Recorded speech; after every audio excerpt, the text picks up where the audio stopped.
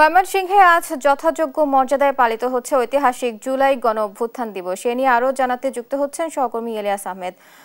ইলিয়াস, এখানকার পরিস্থিতি কি আমাদের জানাবেন?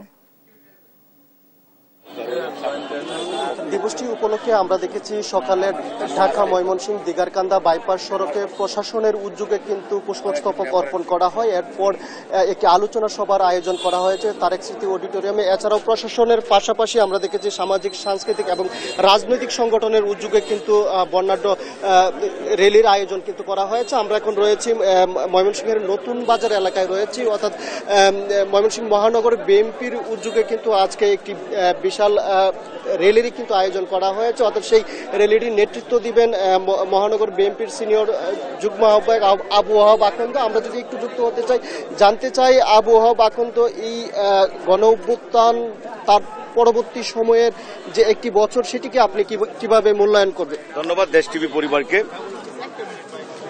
বাংলাদেশের ঐতিহ্য ভাষা আন্দোলন থেকে শুরু করে স্বাধীনতা যুদ্ধ, সর্বশেষ সৈরিনী হাসিনা উচ্ছেদের আন্দোলনে যারা শহীদ হয়েছেন তাদের আত্মার মাগফিরাত কামনা করি। বিশেষ করে ময়মনসিংহের ছাত্র সমাজের কর্ণধার সাগরকে সেই তখনকার সময় হাসিনার সেই কুপুত্র শান্ত নিজের অবৈধ অস্ত্র দিয়ে হত্যা করেছে।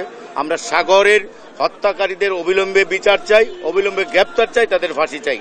এবং সারা বাংলাদেশে সৈরিনী হাসিনার বিরুদ্ধে যারা আন্দোলন করতে যেয়ে শহীদ হয়েছেন, আজকের এই দিনে সারা বাংলাদেশের মানুষ মুক্তভাবে, মুক্ত ভাষায়, মুক্ত আচরণের মাধ্যমে তাদের কথা বলতে পারছে। যারা আহত হয়েছেন, যারা পঙ্গুত্ব বরণ করেছেন, যারা নির্যাতিত হয়েছেন, যেসব পরিবারের লোকজন এখন পর্যন্ত গুম হাসিনার সেই রুশানলে, আমরা সকলের সুস্থতা, দীর্ঘায়ু এবং সেই সমস্ত ক্ষতিগ্রস্ত পরিবারকে আমরা আগামী দিনে জনাব তারেক রহমানের নেতৃত্বে গণমানুষ যদি ভোটের মাধ্যমে রাষ্ট্র পরিচালনার দায়িত্ব দেয়, আমরা সর্বপ্রথম সেই ক্ষতিগ্রস্ত এবং শহীদদেরকে আমরা মূল্যায়ন করব ইনশাল্লাহ। আমাদের আন্দোলন 31 দফার আন্দোলন। আমরা জনাব তারেক রহমানের নেতৃত্বে 31 দফা বাস্তবায়নের অর্থে আমরা শহীদ রাষ্ট্রপতি জিয়াউর রহমান, বেগম খালেদা জিয়ার সৈনিকেরা রাস্তায় আছি, রাস্তায় থাকবো। আজকে ময়মনসিংহের সচেতন, ঐতিহ্যবাহী, আন্দোলনমুখী, আন্দোলনপূর্ণ যে জনগণ আমাদের সাথে সম্পৃক্ত আছে, আমরা সকল শ্রেণীর মানুষকে আমরা অভিনন্দন জানাই, ধন্যবাদ জানাই। আমার সাথে মহানগর বিএনপির যুগ্ম আহ্বায়ক শিব্বির আহমেদ বুলু, কাকুবাদ মামুন সহ সম্মানিত সদস্যরা এবং অঙ্গ এবং সহযোগী সংগঠনের সকল পর্যায়ের নেতৃবৃন্দরা আজকে ময়মনসিংহ সদর 4 বিএনপি মহানগর এবং কোতোয়ালির উদ্যোগে যে বিজয় র্যালি অনুষ্ঠিত হচ্ছে, আমি সবাইকে অভিনন্দন জানাই এই মিছিল সফল করার জন্য। ধন্যবাদ আপনাকে।